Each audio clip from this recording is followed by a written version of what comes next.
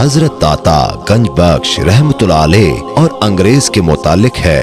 حضرت داتا گنج بخش رحمتullah علیہ کے پہلو مبارک میں آج بھی ایک انگریز کی قبر موجود ہے جو اسلام لے آیا تھا۔ اس کا واقعہ سیرت داتا علی حجویری رحمتullah علیہ میں کچھ یوں ملتا ہے۔ ایک انگریز تھا جس نے تاریخ اسلام کو پڑھا اور اسلام کو پڑھتے پڑھتے قرآن و حدیث کا مطالعہ کرتے کرتے وہ اسلام کی طرف ایسے مائل ہو گیا کہ اس نے اسلام قبول کر لیا، اور اسلام قبول کرنے کے بعد جب اس نے تاریخ اسلام اور اسلامی واقعات کا مطالعہ کیا تو اس کے دماغ میں ایک سوال نے جنم لیا، اور وہ لوگوں سے پوچھتا رہتا تھا کہ اللہ کے نبی حضرت سلیمان علیہ السلام کے دور میں جب حضرت سلیمان علیہ السلام نے اپنے امتیوں سے فرمایا تھا تخت بلقیس کو میرے پاس لایا جائے، ایک اللہ کے ولی جسے اللہ نے کتاب و حکمت کا علم دیا تھا، حضرت آصف بن برکیہ رضی اللہ تعالیٰ عنہ، جو حضرت سلیمان علیہ السلام کے پاس وزیر تھے،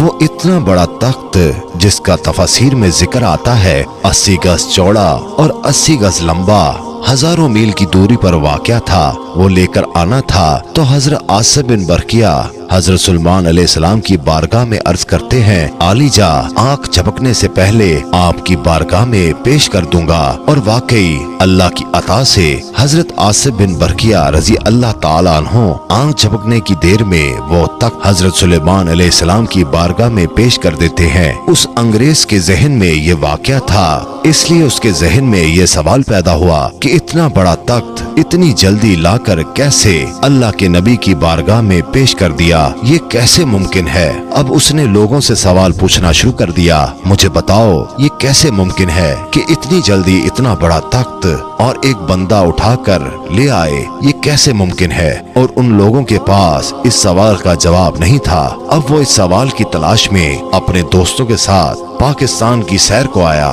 وہ سیر کرتے ہوئے حضرت داتا گنج بخش رحمتullah علیہ کے مزار سے گزرا۔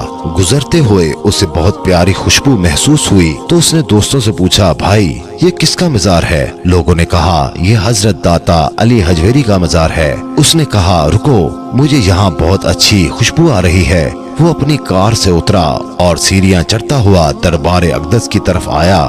جیسے ہی وہ اوپر پہنچا، ایک حسین و جمیل نورانی چہرے والے بزرگ سفید لباس پہنے ہوئے موجود ہیں۔ جب وہ ان کے قریب گیا تو ان بزرگ نے اسے اپنے سینے سے لگایا، سلام دعا کی اور اپنے پاس بٹھا لیا اور ارشاد فرمایا، کیا پیو گے؟ کیا خدمت کرو تمہاری؟ ٹھنڈا پیو گے یا گرم؟ اللہ والے مہمانوں کی خاطرداری کیا کرتے تھے۔ انگریز چونکہ ٹھنڈے علاقے کا رہنے والا تھا تو اس نے کہا گرم پیوں گا۔